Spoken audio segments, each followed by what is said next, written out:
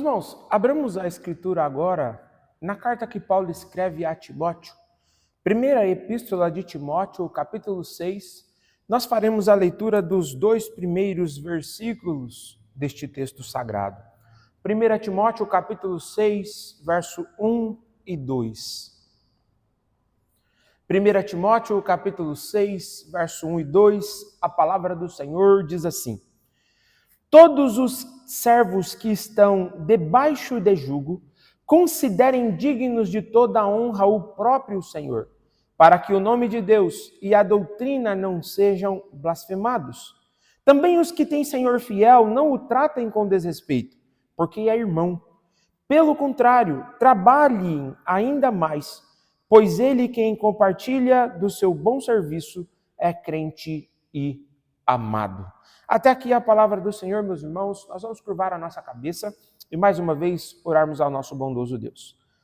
Senhor Deus bendito, nós pedimos ao Senhor que ilumine o nosso entendimento e que no momento em que a tua palavra será pregada, que o Senhor, ó Deus, traga luz ao nosso entendimento por meio do teu Santo Espírito, de forma que nós possamos compreender as verdades que nela o Senhor tem revelado.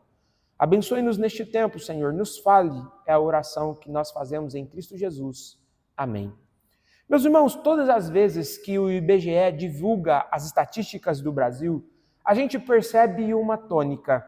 O número de evangélicos em nossa nação está constantemente crescendo.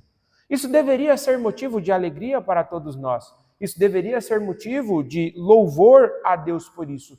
Mas quando a gente olha para esses números, uma coisa nos chama a atenção.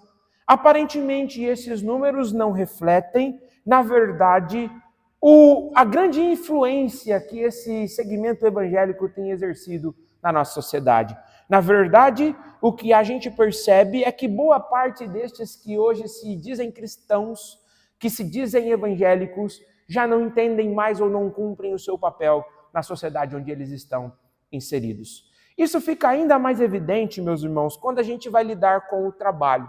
Porque muitas vezes, ao olhar para a nossa relação de trabalho, principalmente a depender da influência que nós tivemos sobre esse assunto, muitos cristãos têm uma relação completamente diferente daquilo que deveria ter em relação ao nosso dever de servir aos outros por meio da nossa vocação.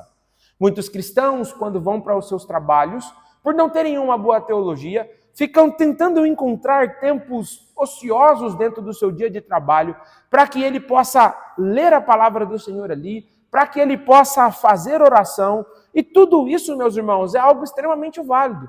Porém, é algo que não deve ser feito dentro do seu horário de expediente, porque ali você está sendo contratado para que você trabalhe, para que você produza naquele lugar onde Deus te colocou. E isso nos mostra que aquela visão de santo e profano, de sagrado e secular, ainda está muito enraizada em alguns corações. Porque muitas vezes, por exemplo, nós podemos falar de patrões que começam o seu dia com um exercício devocional, onde oram, onde cantam louvores, às vezes até é feito algum devocional ali, mas durante todo o seu dia, a sua forma de gerir a sua empresa não reflete que ele é alguém que foi alcançado pelo Senhor. E muitas vezes o único momento em que o Senhor é lembrado dentro daquela empresa é neste momento de devocional. Mas durante todo o dia de trabalho, as pessoas que participaram daquele devocional se veem confusas, porque a empresa não é gerida como deveria, porque às vezes a relação entre aquele que é cristão com o que não é cristão não é uma relação conforme a orientação do Senhor, e isso faz com que uma grande confusão aconteça dentro dos nossos ambientes profissionais. E o meu desejo com o sermão dessa noite é que nós percebamos que Deus nos chamou para trabalhar e para servi-lo através dos nossos trabalhos. E como é que nós devemos, então, honrar ao Senhor por meio do nosso trabalho e serviço e o fazer para a glória dele. Vamos nos lembrar algumas coisas que nós vimos até aqui. Nós vimos que a partir do capítulo número 5, Paulo começa a falar sobre vários grupos específicos que deveriam ser honrados pelos cristãos. Então, Paulo falou sobre o dever de como os cristãos deveriam lidar com as pessoas mais velhas, bem como com as pessoas mais novas. Também vimos e aprendemos com Paulo que nós devemos honrar as viúvas e aquelas que algumas até precisam ser sustentadas pela igreja do Senhor por não poderem trabalhar. Mas nós também vimos que, além das viúvas, Paulo fala que a liderança da igreja também deve ser honrada por todos aqueles que servem nesta igreja, especialmente aqueles que se afadigam do ensino, do estudo da palavra do Senhor. Mas agora Paulo passa a falar das nossas relações de trabalho, da nossa relação profissional, sobre como é que, como funcionários, nós devemos honrar aqueles que o Senhor, então, colocou numa posição superior a nós. E é por essa razão, então, que, dando continuidade a essa nossa série, Uma Igreja Segundo as Escrituras, nós aprenderemos como é que nós devemos honrar a Deus por meio do nosso trabalho. Esse será o tema da exposição dessa noite. E a primeira coisa que nós aprenderemos é que o escravo deve honrar ao seu senhor. Veja que Paulo falou sobre viúvas, Paulo falou sobre liderança, agora Paulo vai nos orientar sobre a nossa vida profissional. E a primeira coisa que o texto diz é: todos os que estão sob jugo, ou todos aqueles que estão numa relação em que há pessoas com autoridade sobre eles. Então Paulo começa o versículo 1 dizendo assim: então Paulo está nos lembrando que Deus estabeleceu o mundo de forma que existam pessoas que têm posição hierárquicas superiores a nós. E para descrever isso, Paulo usou aqui nesse texto, o que foi traduzido por servos, a palavra douloi, que é a palavra de onde vem a palavra escravo. Então, literalmente, Paulo está dizendo que os escravos, aqueles que estão sob jugo, a ideia de jugo aqui é aquele que está sob o domínio de uma autoridade. E perceba que o que Paulo está representando ou dizendo aqueles que têm alguém que estão sob ele, que sob ele exercem controle, fiscalização, ou que tem algum tipo de domínio sobre ele. Paulo descreve estes que estão nessa posição como senhores, mas estes que estão sob a liderança destes, Paulo os chama de escravos.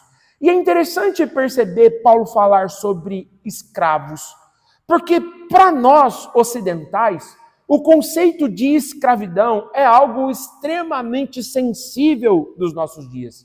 E isso muito porque essa pauta se tornou uma pauta ideológica.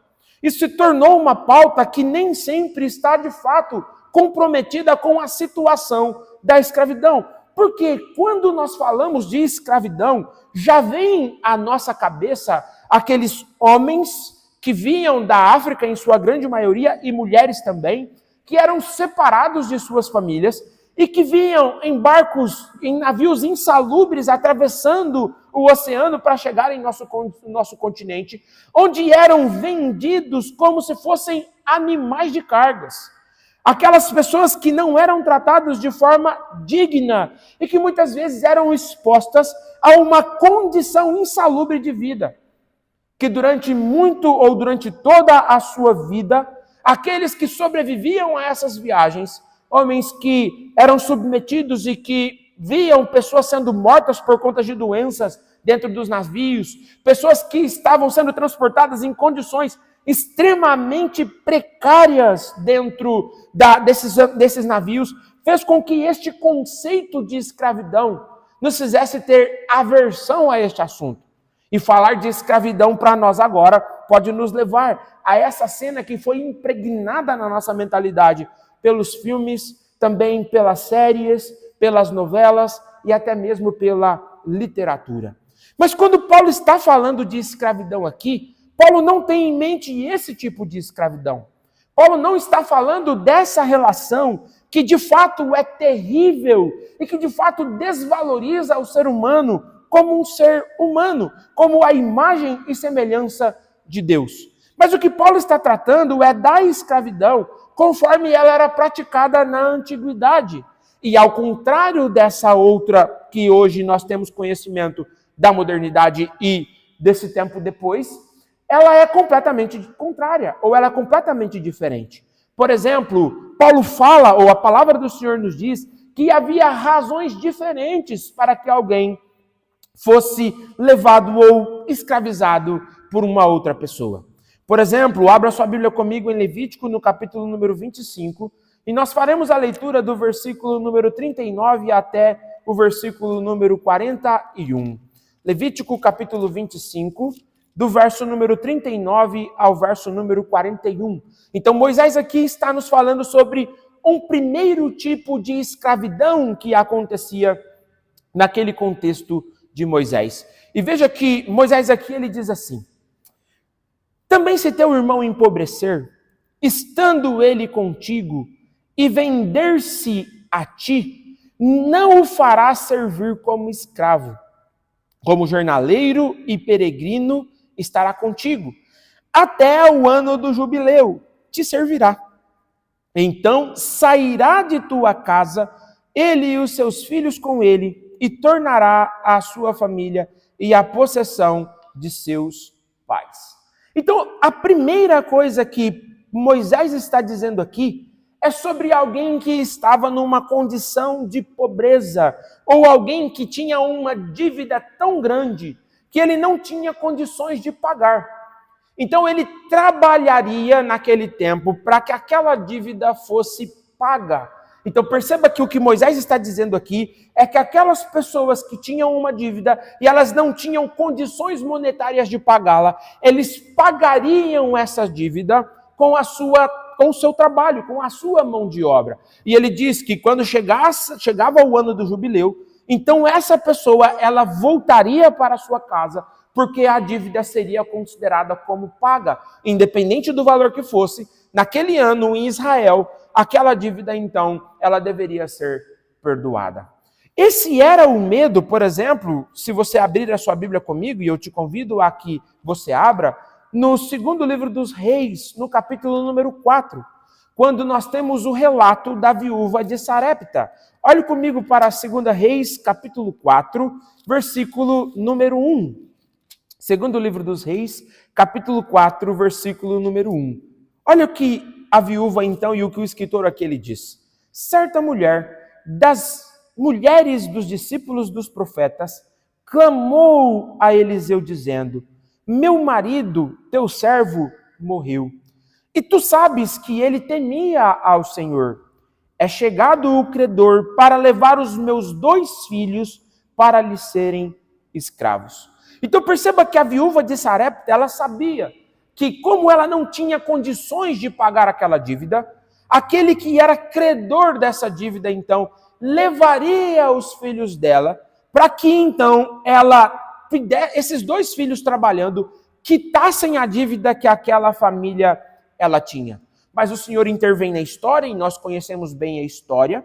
Então o Senhor multiplica o azeite daquela viúva, para que ela então, ao comercializar esse azeite multiplicado, ela tivesse o dinheiro suficiente para quitar essa dívida. Então perceba que a primeira coisa que a Bíblia diz é que haviam pessoas que serviam como escravas por conta de uma dívida que haviam contraído, e ela então, como não tinha condições de pagar, ela dava a sua mão de obra em troca deste pagamento. Mas havia uma segunda forma, então, de uma pessoa ser considerada ou ser tornada escrava. E eu te convido a que você abra a sua Bíblia comigo no livro do profeta Jeremias.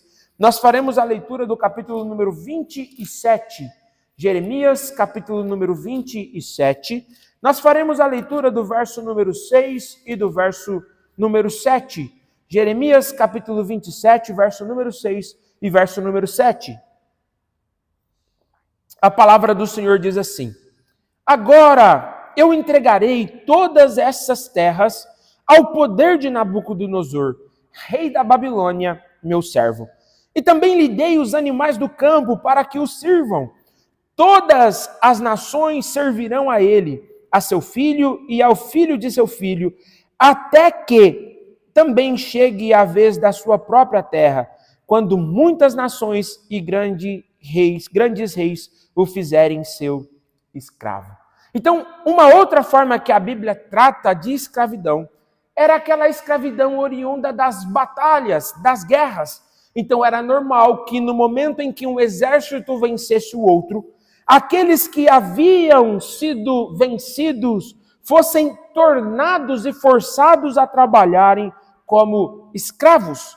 Então perceba que, além da questão do endividamento, além da questão da pobreza, a guerra também era uma forma de fazer com que as pessoas se tornassem escravos. E aqueles que eram prisioneiros de guerra eram humilhados e conduzidos para servirem por toda a sua vida àqueles que os havia capturado e os havia então conquistado por meio das batalhas. Mas a Bíblia ainda fala de um outro tipo de escravidão, que era daquela família daquele homem e daquela mulher que nascia de uma família escrava.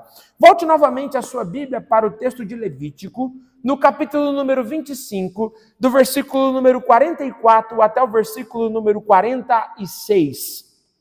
Levítico, capítulo número 25, do verso número 44 até o verso número 46.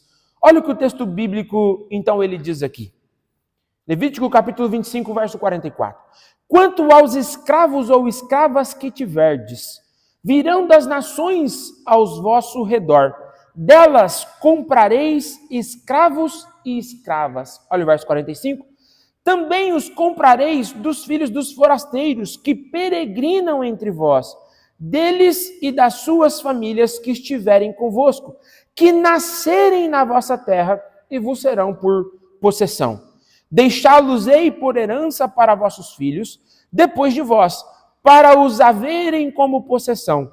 Perpetuamente os farei servir, mas sobre vossos irmãos, os filhos de Israel, não vos assenhorareis com tirania sobre os outros. Então perceba que aquelas famílias que eram escravas, quando você tinha um filho nascido dessa família, este filho também, ele era considerado como um escravo. E Moisés aqui coloca uma nota. Quando isso acontecia envolvendo um hebreu, aquele que era escravo jamais deveria ser tratado pelo seu dono como se ele fosse alguém estranho. Na verdade, ele deveria ser tratado com amor e com cautela. Perceba, portanto, que quando a Bíblia fala de escravidão, meus irmãos, ela não está falando dessa escravidão que muitas vezes faz parte do nosso imaginário popular. Ela não está tratando dessa escravidão ocorrida durante a chamada Idade Média. Ela não está falando de homens e mulheres que eram vendidas e mercantilizadas e negociadas como animais de carga. Ela está falando de um outro tipo de escravidão.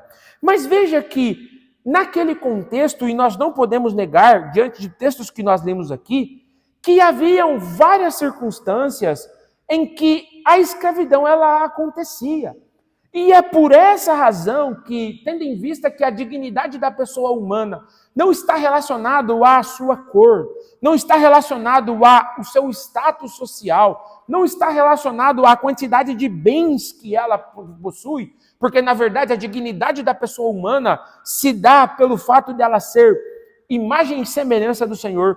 O Senhor, então, estabeleceu regras sobre as quais estes escravos deveriam ser vividos. Por exemplo, abra sua Bíblia comigo no livro do Êxodo, no capítulo 21, do verso 2 ao verso número 6. E veja o que Moisés diz aqui sobre como os escravos deveriam ser tratados pelos hebreus. Olha, meus irmãos, o que é que Moisés está dizendo? Se nós somos povo do Senhor, ou se Israel era o povo do Senhor naquele contexto, eles não poderiam agir com os seus escravos como os povos ímpios agiam. Então, em Êxodo, no capítulo número 21, no verso 2 ao verso número 6, Moisés ele diz assim: se comprares um escravo hebreu, 6 anos servirá, mas ao 7º sairá forro de graça. Se entrou solteiro, sozinho sairá.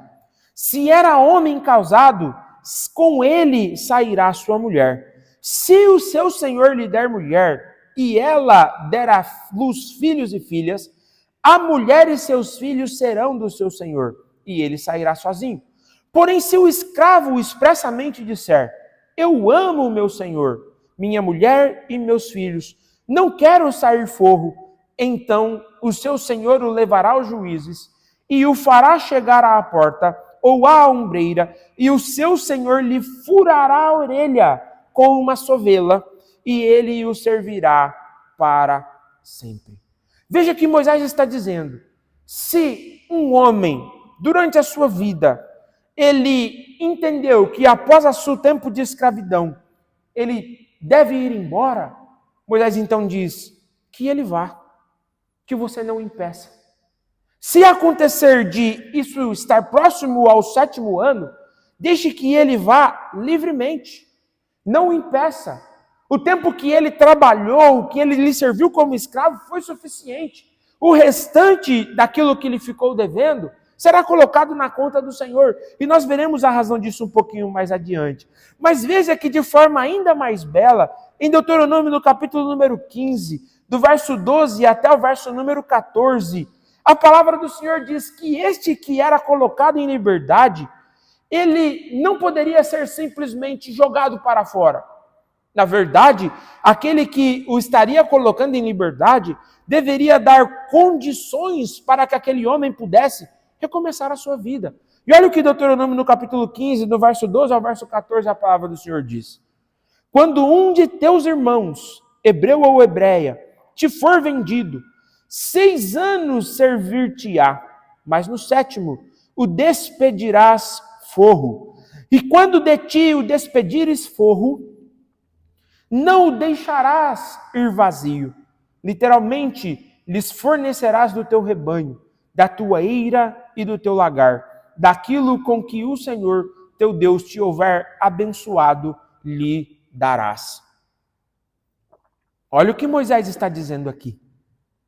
Se o povo estava sendo liberto, do que adiantaria libertar aquele homem e colocá-lo para fora de sua casa, tendo ele servido tantos anos dentro da casa daquele senhor, ou na terra daquele senhor? Aquela pessoa não teria condições de recomeçar a sua vida. Então Deus disse: dê a ele condições para que ele possa recomeçar. E no versículo número 15, Moisés vai dizer a razão pelo qual os israelitas deveriam ser benevolentes com os escravos. Porque eles também haviam sido escravos no Egito. Então a ideia que o Senhor está expressando é: da mesma forma como eu fui benevolente com vocês ao tirá-los do Egito, sejam benevolentes com aqueles a quem vocês colocarão em liberdade. Perceba, portanto, meus irmãos, que a relação do hebreu com o escravo era completamente diferente daqueles que eram pagãos. Então, muitos desses escravos, ao saírem de suas casas, onde haviam servido, tinham chance de recomeçar a sua vida. Outros optavam por continuar servindo o seu senhor, bem distante do que muitas vezes a gente percebe. Mas quando a gente chega no mundo do nosso texto, no tempo do Império Romano, estima-se que a quantidade de escravos que existiam nesse período era tão grande que 1 em cada 3 pessoas eram escravas. E é por essa razão que um tema que para nós é estranho falar de escravidão, não era para o tempo em que Paulo escreve estas cartas. Por exemplo, quando Paulo fala em 1 Coríntios, no capítulo 7, e eu te convido para que você abra a palavra do Senhor aí, para que você veja Paulo dando orientações aos irmãos daquela igreja sobre a maneira como eles deveriam lidar com os escravos. 1 Coríntios capítulo 7, do verso 20 ao verso número 24, Paulo diz assim: cada um permaneça na vocação em que foi chamado. Foste chamado sendo escravo? Não te preocupes com isso, mas se ainda podes tornar-te livre, aproveita a oportunidade. Porque o que foi chamado no Senhor, sendo escravo, é liberto do Senhor. Semelhantemente, o que foi chamado sendo livre, é escravo de Cristo. Por preço foste comprado, não vos tornei escravos de homem. Irmãos, cada um permaneça diante de Deus naquilo em que foi chamado. Perceba que o que Paulo está dizendo é: aquele que é escravo não deve considerar a sua situação de escravidão como um empecilho para que ele sirva ao Senhor. Na verdade, o que Paulo está dizendo é: nós devemos honrar a Deus mesmo nessa condição. Tanto é que, quando a gente chega na carta que Paulo escreve a Filemão, Paulo está recomendando, na verdade, a carta que Paulo escreve a Onésimo, Paulo está recomendando que ele receba de volta, na verdade, a carta que Paulo escreve a Filemão, ele está recomendando que o escravo seja recebido novamente. Então, para Paulo, o status social não era algo que deveria ser considerado como motivo de tropeço para que alguém fosse impedido de ser cristão. Porque diante do Senhor, Paulo diz em Gálatas no capítulo 3, no verso número 28, que não há nenhuma distinção social. E veja que esse assunto que para nós não é tão relevante, porque a condição de escravidão já não existe mais, naquele contexto era. Tanto que Paulo escreve essa carta, a carta a Filemão, que era um cooperador dele, e Paulo faz menção disso nesta carta, dizendo que aquele escravo que havia fugido deveria ser recebido em paz. E veja que a maneira como Paulo escreve essa carta, e nós não temos tempo para explorá-la, e nem é o nosso objetivo, Paulo então dá recomendações a este irmão, de que ele receba Onésimo, o seu escravo, no mesmo temor, com o mesmo carinho, com o mesmo amor que ele demonstrava a outros irmãos. Provavelmente, Filemão havia recebido Onésimo naquele contexto, quando Onésimo então havia fugido do seu senhor e provavelmente ouviu Paulo pregando o evangelho. E ele se converteu ou foi convertido a Cristo, e agora Paulo fala para Filemão que Filemão receba esse irmão novamente. Ainda que Filemão poderia, como Senhor, tratá-lo ou com alguma indiferença ou puni-lo pela fuga, Paulo diz para ele, não faça isso. O receba como o irmão. E veja que Paulo, no versículo 17 de Filemão, ele diz que Paulo deveria receber aquele escravo como se estivesse recebendo a ele. E se aquele irmão tivesse, de alguma forma, causado algum tipo de dano ou prejuízo, Paulo diz que ele próprio pagaria isso. Que Filemão deveria colocar isso na conta de Paulo, mostrando que Filemão entendesse e atendesse aquela situação, recebendo aquele irmão de bom grado. Veja que Paulo está mostrando que para o cristão, o status social não deve ser considerado como um motivo para que alguém seja desprezado ou para alguém seja negligenciado no seu cuidado ou na sua vida de fé. Veja que agora Paulo fala, você que está em posição de servidão, volte a sua Bíblia para 1 Timóteo no capítulo 6 e olha o que Paulo diz aqui. Considerem dignos de toda honra o próprio Senhor. Então veja o que Paulo está dizendo aqui. Paulo usa a palavra que foi traduzida por Senhor aqui, não é a palavra Kyrios, mas é a palavra déspota. Paulo está falando daqueles que tinham o poder sobre aquela pessoa de forma até mesmo absoluta. Paulo está falando num contexto em que a escravidão era comum. E Paulo está dizendo para estes, olha, vocês que são escravos, se sujeitem aos seus senhores, aos déspotas que estão sobre vocês, que têm poder sobre a vida de vocês. E veja que Paulo está dizendo, ainda que ele não seja cristão. Paulo está falando de senhores que não amavam a Deus. E Paulo diz para a igreja, vocês devem considerá-los dignos de toda honra. E aqui, meus irmãos, Paulo está usando um imperativo. Paulo está dando uma ordem. A ideia de Paulo é, ao determinar que eles sejam considerados dignos de honra, Paulo está falando não apenas de uma submissão, mas Paulo está falando de algo que vai além disso. Paulo está falando de uma sujeição sincera, de uma sujeição obediente, que vai além daquilo que é demonstrado apenas exteriormente. Paulo está falando de uma disposição do coração.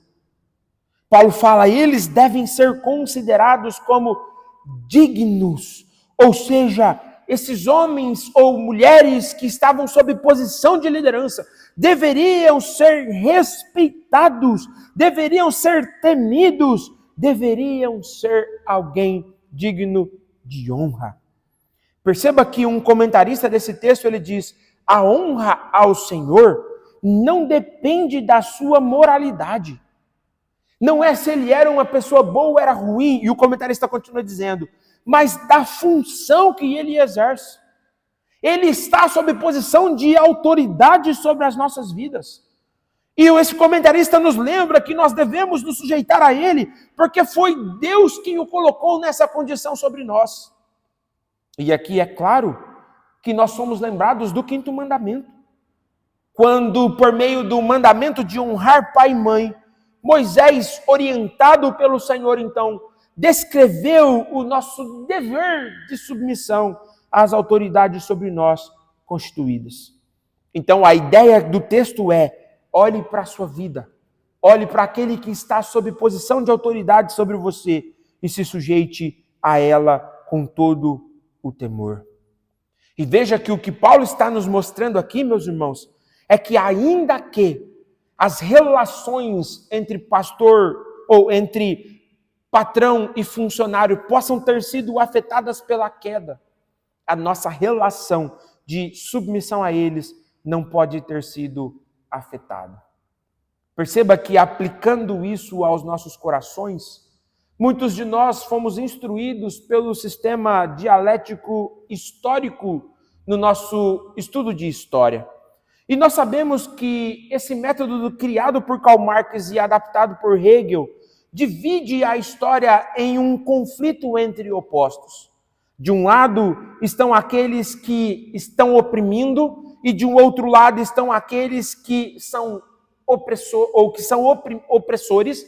E a grande luta de toda a sociedade, que é a chamada revolução, é para fazer com que aqueles que estão oprimidos deixem de ser oprimidos.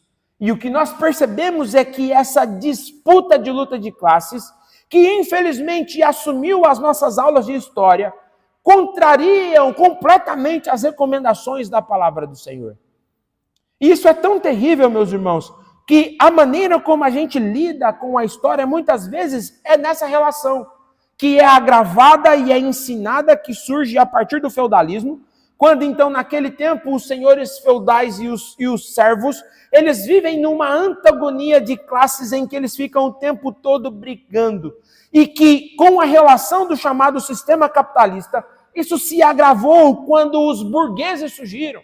Aqueles que eles dizem que são os donos dos meios de produção, passaram a oprimir os proletariados, que são aqueles que são os trabalhadores que trabalhavam para eles. Mas perceba que nessa promoção da revolução, eles estão desconsiderando o que a palavra do Senhor nos ensina sobre isso. Paulo não está dizendo, meus irmãos, que nós temos que promover rebeliões e revoluções dentro do nosso lugar de trabalho. Paulo não está dizendo, meus irmãos, que nós temos que demonstrar a nossa insubmissão às autoridades que estão colocadas pelo Senhor sobre nós. Na verdade, o que Paulo está dizendo é que nós temos que honrá-los. O cristão vai para o seu trabalho, vai para a sua vida profissional, não para, de alguma forma, perverter a ordem, não para fazer motim para derrubar as lideranças que o Senhor colocou sobre ele.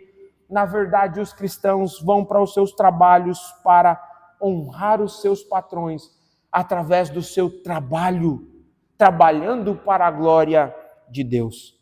Meus irmãos, deixemos esse tipo de convicção anticristã e antibíblica que é muito popular dos nossos dias. Sejamos orientados pela palavra de Deus.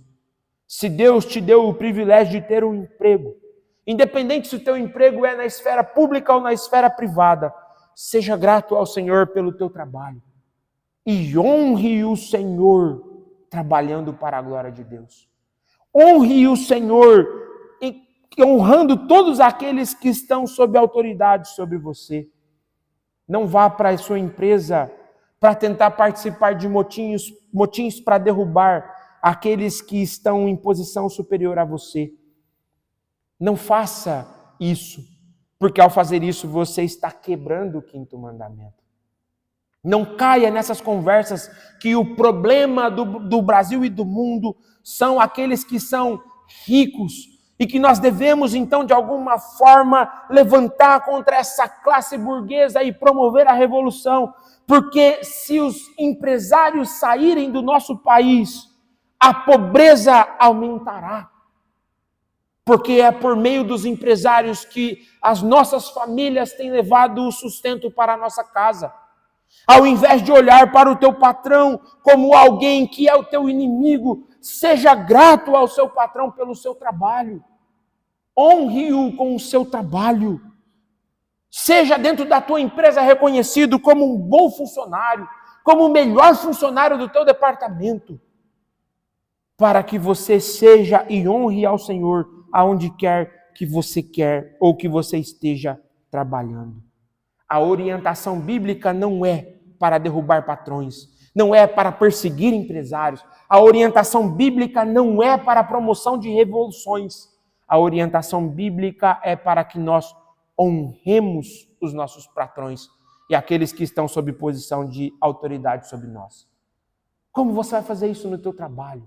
Seja proativo, trabalhe, se dedique, honre ao Senhor. Quando uma ordem te for dada, seja submisso a ela.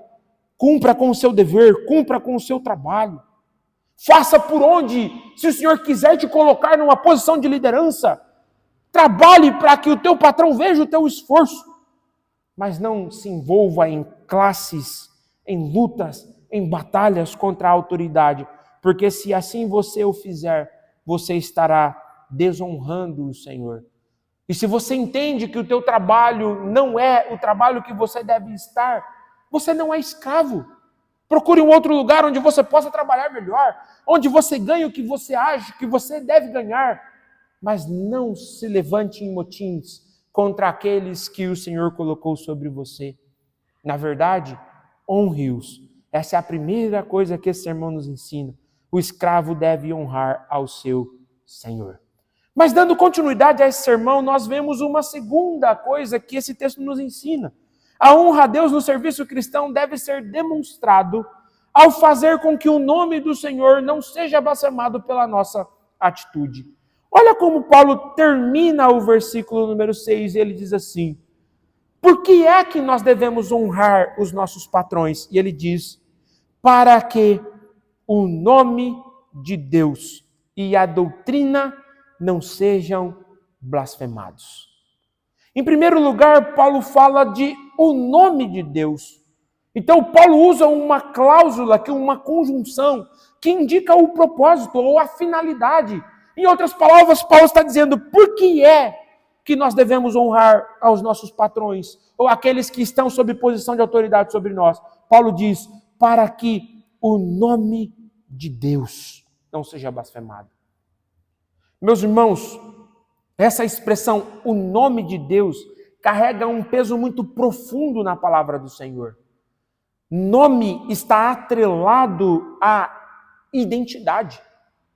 Por isso que quando a pessoa pergunta quem nós somos, nós começamos nos apresentando pelo nosso nome. Porque geralmente o nosso nome está atrelado à nossa reputação. Por isso que a Bíblia fala que vale mais um bom nome do que a riqueza. Então veja, quando Paulo fala que o nome do Senhor não pode ser blasfemado, é porque nós que somos cristãos carregamos a honra do nosso Deus.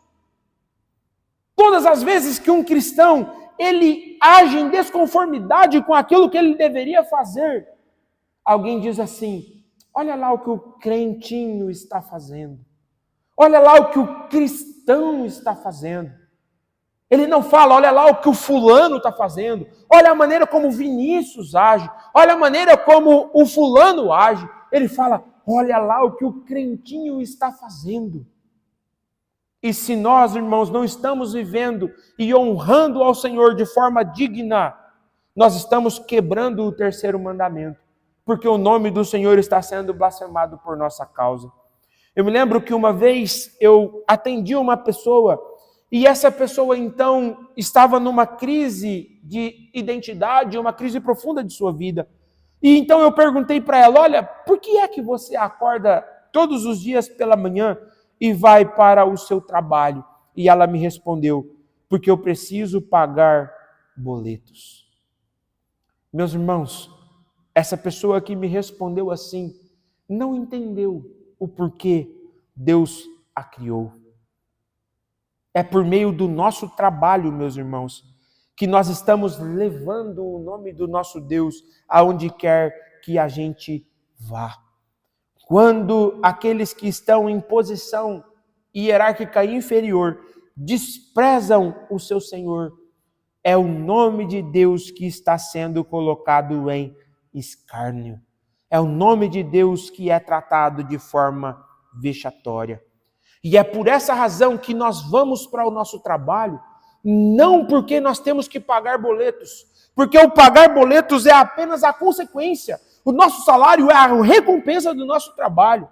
Mas a gente acorda cedo para ir trabalhar, para servir as pessoas através da vocação e do trabalho que o Senhor nos deu. Um comentarista desse texto diz assim, o nome de Deus é santificado quando aqueles que o professam vivem de modo digno de sua vocação e é profanado por causa de suas ações quando não vivem de forma digna da fé que dizem ter.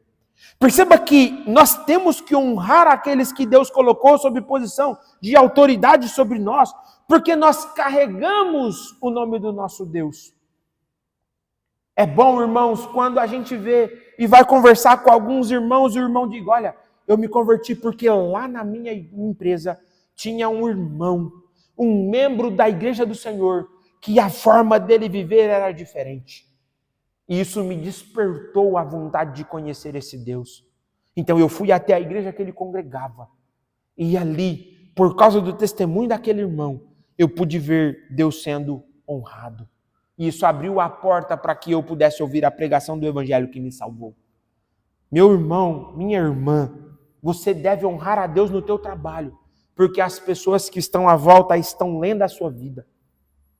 As pessoas que estão à volta estão observando a maneira como você vive.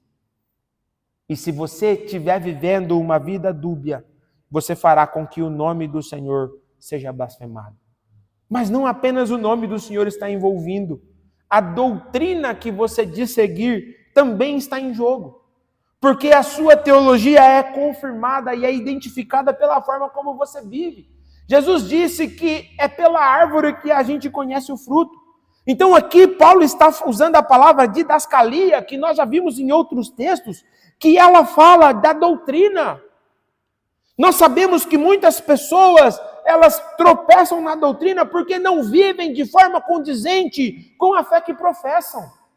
E na verdade, ao fazerem assim, por meio de sua heterodoxia na sua vida, ou pela maneira como ela vive, na sua heteropraxia, ao contrário da sua ortopraxia, que deveria ser uma doutrina correta, mas uma doutrina diferente daquela que ela professa, faz com que as pessoas sejam, o nome de Deus e a doutrina seja desacreditada. Perceba que o que está em voga aqui, meus irmãos, é que a doutrina que não é confirmada, diz o autor, por uma vida piedosa, é sujeita ao desprezo e à profanação. Perceba, se eu sou um cristão que temo ao Senhor, que canto com a minha boca que Deus é o Senhor da minha vida, eu preciso viver de forma condizente com isso. Voltando à nossa ilustração, meus irmãos, quando a gente olha para aqueles que dizem crer em Deus e que dizem no senso que são evangélicos, e a gente percebe a maneira como essas pessoas estão vivendo, fica evidente que eles não entenderam a doutrina que eles dizem crer. Porque se tivessem entendido, viveriam de forma a dar bom testemunho para a glória do Senhor. Mas quantos são aqueles que dizem cristão e que chegam atrasados nos seus trabalhos, que dão mau testemunho na sua empresa, usam linguajar torpe, são preguiçosos, são displicentes no seu trabalho. não cumprem com os seus deveres e com as suas responsabilidades. E infelizmente assim estão testemunhando o contrário à fé que dizem ter. Eu já ouvi de vários empresários dizendo: pastor, eu não contrato mais crente para trabalhar para mim, porque eles dão muito trabalho. Que vergonha, meus irmãos. Que vergonha. Na verdade, o que deveria acontecer é: pastor, o senhor tem um membro lá da sua igreja que precisa de trabalho, porque eu preciso de alguém de confiança e eu preciso de alguém que ame ao Senhor de verdade. Meus irmãos, nós temos que ser esse tipo de pessoa. Como está difícil confiar em alguém hoje em dia, mas entre nós, meus irmãos, nós temos que ser os melhores profissionais, os mais confiáveis, os mais dedicados, os mais zelosos, porque nós estamos carregando o nome do nosso Deus e nós estamos carregando a doutrina que nós dizemos que cremos. Que nós, meus irmãos, sejamos zelosos no nosso trabalho. E eu quero que você pense sobre isso. A sua vida, o seu trabalho, denuncia que você foi alcançado pelo Senhor, meus irmãos? Se isso não está denunciando, que você peça para que o Senhor te dê graça para que você mude isso nessa noite. Não seja um mau mordomo, não seja alguém que negligencia a vocação que o Senhor te deu, mas trabalhe com temor. Trabalhe para a glória de Deus, para que o nome do Senhor seja honrado e não blasfemado. A primeira coisa que nós vimos nesse sermão é que o escravo deve honrar ao seu Senhor. Em segundo lugar, que o nome do Senhor não deve ser blasfemado pela nossa atitude. E concluindo esse sermão, Paulo agora fala que nós não devemos desprezar os patrões que são cristãos. Olhe para o verso número 2 e veja o que o texto diz aqui. Também os que têm senhor fiel, não o tratem com desrespeito. Meus irmãos, veja o que Paulo está dizendo. Agora Paulo sai dos déspotas, daqueles que não amam ao Senhor, daqueles que são ímpios e que ele disse que nós devemos honrar, para agora aqueles irmãos que Deus tem dado a eles recursos, Deus tem dado a ele trabalho, Deus tem dado a ele empresas, e por conta disso, então, eles têm funcionários sobre a sua administração. E Paulo agora volta para falar com estes irmãos. E ele fala, aqueles que têm um crente, ou seja, que tem um déspota fiel, que é a palavra aqui, ou seja, o adjetivo pistols, que é traduzido aqui por fiel, identifica aquele que é crente, que teme ao Senhor, que possui uma fé verdadeira. E Paulo diz aqui, se você tem o privilégio de trabalhar para alguém que honra ao Senhor, que ama ao Senhor, Paulo diz, não seja negligente. Literalmente, o verbo que é traduzido aqui, que também é conjugado com o imperativo, ele diz, não despreze, não menospreze. A nossa tradução optou por desrespeite, mas a ideia aqui é muito mais do que isso.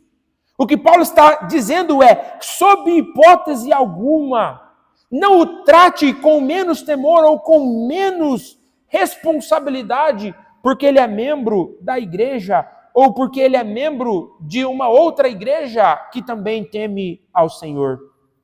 Na verdade, o que Paulo está dizendo é que não é porque ele é cristão que a autoridade que ele tem sobre nós é menor. Muito pelo contrário. Paulo está dizendo, se ele é irmão, nós não podemos desrespeitá-lo. E aqui Paulo está tratando de um grande perigo, meus irmãos, que acontece em muitos contextos.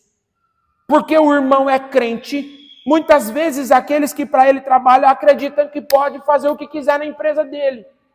Tira a autoridade dele diante dos funcionários, não chega no horário, não cumpre com os seus deveres e muitas vezes coloca aquele patrão numa posição de dificuldade, porque ele está empregando aquele irmão porque aquele irmão tem a fé que ele tem. Mas muitas vezes esse irmão acaba trazendo problema para aquela empresa. E o que Paulo está dizendo é: não faça isso, sob hipótese nenhuma. Não menospreze aquele que é fiel ao Senhor. E veja que Paulo termina o versículo número 2 com uma ênfase, e Paulo acrescenta um advérbio aqui de negação, quando ele diz, pelo contrário, ou seja, ao invés de você tratá-lo com desprezo, Paulo diz, trabalhe ainda mais. E aqui Paulo usa mais uma vez um imperativo.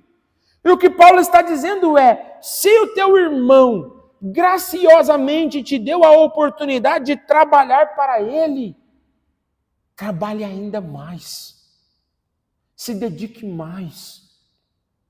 Se ele é alguém que é servo e fiel ao Senhor, trabalhe com alegria. Ainda mais do que trabalhando para aqueles que não temem ao Senhor. Porque Paulo termina dizendo, ele compartilha do seu bom serviço. Olha o que Paulo está dizendo. Aquele que tem empresa, meu irmão, ele depende do seu trabalho. O lucro da empresa dele, para que ele possa continuar empregando outras pessoas, depende do seu desempenho. Então não é porque ele teme ao Senhor que você tem o direito de ser negligente no teu trabalho. Muito pelo contrário, Paulo está dizendo, trabalhe com ainda mais dedicação, para que a empresa possa crescer, para que você tenha a oportunidade de ter cargos hierárquicos maior e o seu bom trabalho para a glória do Senhor, porque ele é um crente irmão e amado, porque ele teme ao Senhor que você, como você também teme, possa levá-lo a prosperar e, consequentemente, você também possa prosperar. Veja que o que Paulo está dizendo é que não há nenhum problema em ter lucro. Na verdade, toda a empresa que trabalha e que é criada, ela é criada para ter lucro. E se nós temos o privilégio de trabalhar para alguém que teme ao Senhor, que vai fazer com que esse recurso seja revertido nos seus dízimos, nas suas contribuições para a casa do Senhor, por que é que nós vamos negligenciar o nosso trabalho ali? Paulo diz, não faça isso. Trabalhe com dedicação. Deixa o irmão usufruir da riqueza que o Senhor lhe tem dado. E faça isso para a glória do Senhor. Aplicando isso às nossas vidas, meus irmãos, se o teu patrão teme a Deus, é um grande privilégio. Seja submisso a Ele. Seja o melhor funcionário dessa empresa. Chega com dedicação no teu trabalho. Cumpre o teu trabalho para a glória do Senhor. É muito triste, irmãos, como eu já digo, irmãos cristãos que não podem trabalhar e contratar membros da igreja que congrega, porque muitas pessoas misturam as coisas. Acreditam que porque o irmão é membro da igreja podem ser negligentes no seu trabalho. Não façamos isso, queridos. Não hajamos desta forma, muito pelo contrário, trabalhemos com mais dedicação para aquele nosso irmão, nos alegremos com as conquistas que ele tem, não sejamos invejosos, não sejamos avarentos no uso do nosso tempo, muito pelo contrário, hajamos com cautela. E eu queria terminar esse sermão com uma última aplicação. Meus irmãos, se você tem vocação para ser empresário, seja empresário para a glória de Deus. Meus irmãos, criem empresa. Meus irmãos, desenvolva empresas na nossa nação, para que você possa contratar outras pessoas. A melhor forma de nós lutarmos contra a pobreza não é por meio da promoção de classes, não é por meio da taxação de ricos e poderosos. Na verdade, é gerando empregos. É fazendo com que aquelas pessoas que não tenham outra oportunidade na sua vida possam trabalhar honestamente e sustentar a sua casa. Se você tem vocação para ser empresário, sabendo de todas as dificuldades que existem no Brasil, a nossa carga tributária e tudo o que existe mais, seja um empresário para a glória de Deus. Não negligencie o seu dom. E se Deus tem te dado esta oportunidade, não fique rico sozinho, meus irmãos. Honre os funcionários que o Senhor colocou sobre você também, ou sob a sua liderança também. Pague um salário justo. Não o trate como um escravo. Não exija cargas horárias diferente daquilo que foi acordado. E se for necessário que seja feito, honre-o com o pagamento que ele merece. E assim, nós vamos ver o povo do Senhor trabalhando e dando empregos para que a nossa sociedade seja beneficiada por isso. O que é que nós aprendemos com esse sermão, meus irmãos? Em primeiro lugar, nós que somos funcionários, honremos aos nossos patrões. Honremos aos líderes dos nossos setores. Honremos àqueles que estão sob nós em posição de liderança. Meus irmãos, não caiamos nessa disputa de classe. Não faça isso. Lembre-se que se o empresário quebrar, você ficará sem emprego. Honre ele. Cumpra com o seu dever. Chegue no horário. Cumpra com as suas responsabilidades. Se você está no teu ambiente de trabalho, trabalhe.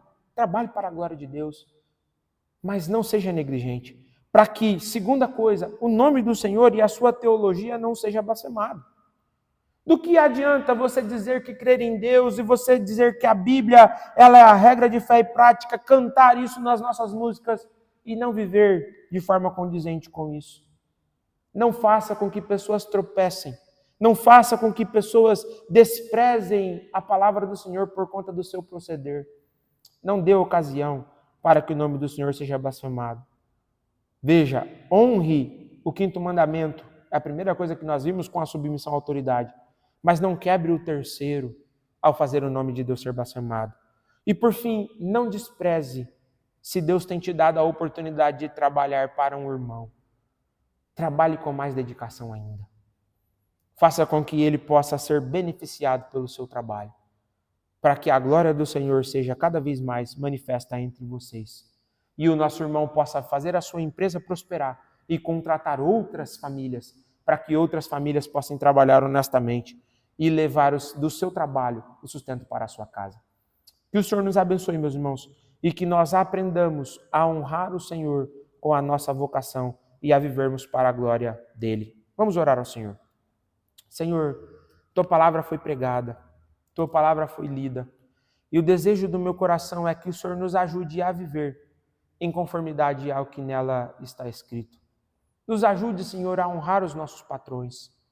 Nos ajude, Senhor, a sermos bons profissionais em nossos trabalhos, para que o nome do Senhor e a nossa doutrina não seja blasfemado. Nos ajude, Senhor, entre nós, levante empresários. Levante homens e mulheres dispostas a empreender nessa nação, para que eles possam gerar riqueza, para que eles possam dar empregos a outras famílias e essas famílias possam trabalhar e levar o sustento para o seu lar. Abençoe os empresários do nosso país, abençoe os empresários da nossa nação, especialmente aqueles que te temem. Faça com que, ó Deus, eles perseverem, livre-os de quebrar, livre-os, ó Deus, de verem as suas empresas serem encerradas, para que o povo do Senhor não sofra e não padeça por falta de trabalho. Essa é a oração que eu faço em nome de Jesus. Amém.